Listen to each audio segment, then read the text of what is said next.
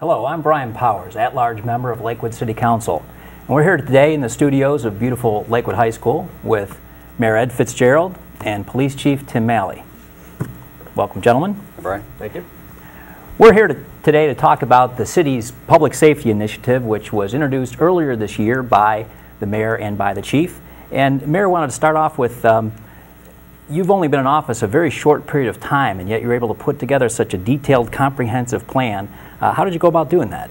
Well, it was really our first order of business when we took office in January. We put together a task force within City Hall, which was made up of myself, Chief Malley, the three captains that serve under Chief Malley, Chief Stone, or Captain Stone, Captain Sabala, and Captain Hassing. And we also brought in a couple folks from the outside. Dan Flannery, who's a Lakewood resident and is a professor at Kent State that specializes in criminal justice issues.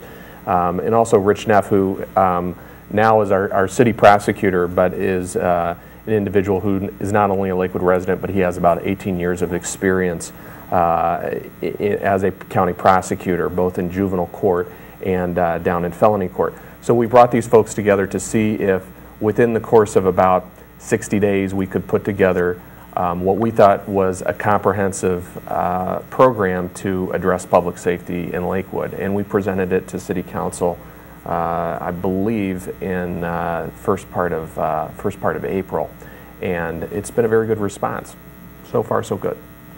At the same time this was going on, we know Lakewood was facing some budget constraints, and we had to make a few cuts in a few places in the city, and yet you were able to marshal resources towards this initiative.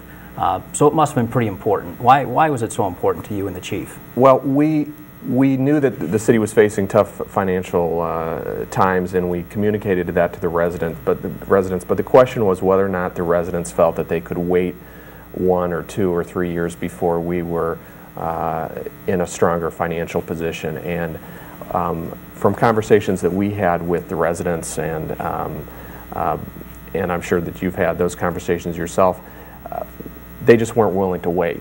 They wanted to see a major initiative on safety issues. Not that Lakewood wasn't safe. Lakewood has always been a safe community, but there was a concern that our standards were starting to slip a little bit, and even in the middle of a difficult financial situation, they wanted us to try to find the resources to do something.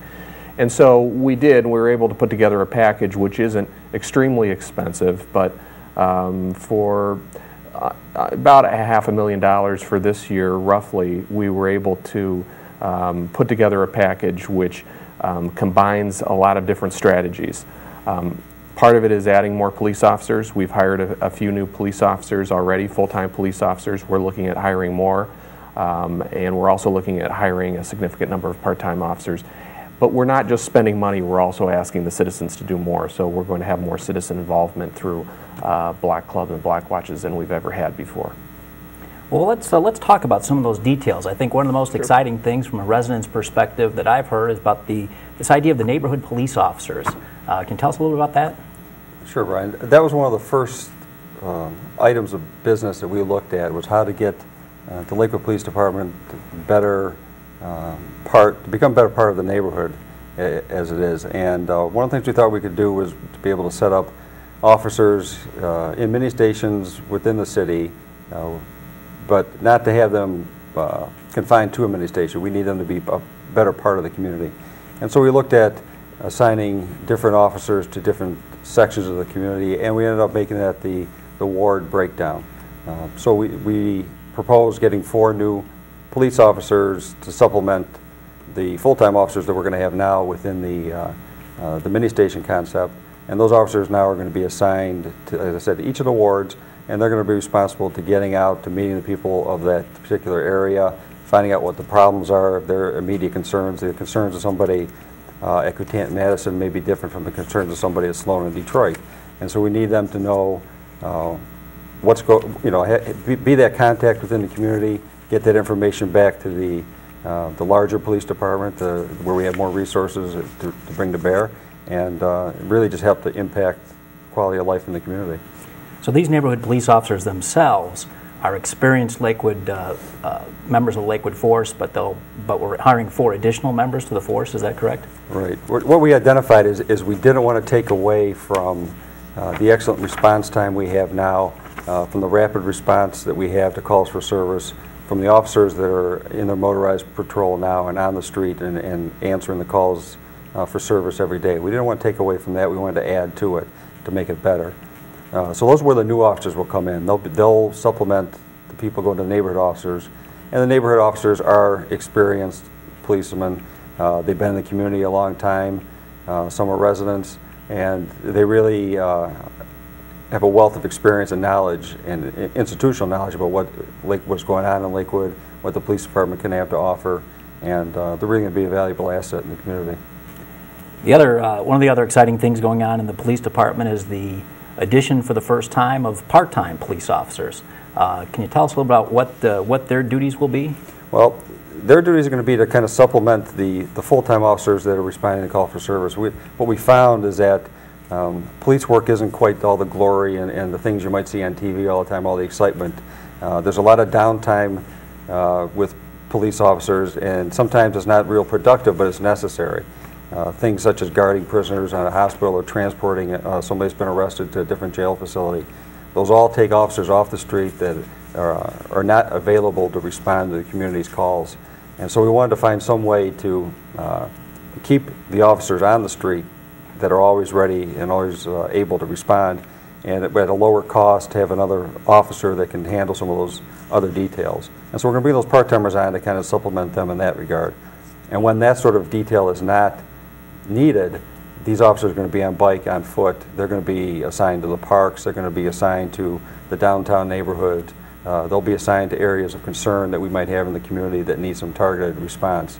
And so they're going to give us a lot more options that we can have, partially that what the neighborhood officers will bring back to us, that we're able to identify targeted response. We might be able to use these part-timers as well to get into the neighborhoods and solve some problems there. So it sounds like we'll have a lot more visibility. That was the idea. That was the idea behind the whole initiative, really, is visibility of the police. Some cost some money, such as bringing new officers on.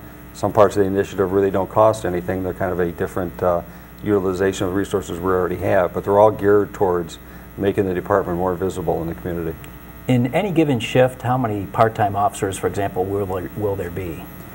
Well, that's going to depend some on funding, and that'll depend on how many we can get hired within a short period of time. The hiring process, unfortunately, for police officers takes some time to get it all wrapped up.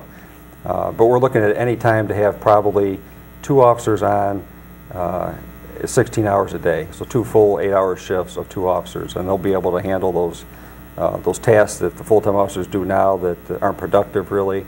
And then they're also, like I said, they're going to be 2 more people on the street and on bicycles, on foot. They're going to be visible to the residents. Another part of police visibility was the special assignment car. Right. Tell us a little bit about that. That was developed last year in response to some concerns we had in our neighborhood parks with some disruptive behavior, some criminal activity that was going on. And we funded that with overtime through a trust fund that the Lakewood Police Department has that as a result of forfeitures back from drug arrests and those sort of things. So we're able to fund overtime without using tax dollars to put officers targeted to these particular areas that we're experiencing problems at, which were some parks that we identified last year. And it was very successful. Once the officers were out there at the times that we identified that we were having the most problems, the problems in those areas really did level off and drop off. And so we instituted again this year, that use a part of a grant that we got from the federal government, as well as some of these trust fund overtime dollars. We have 2 officers out in separate cars, on bikes or foot, whatever might be needed, 4 nights a week, and 4 hours a night at the times that that we find in the parks that we need a little bit of increased presence.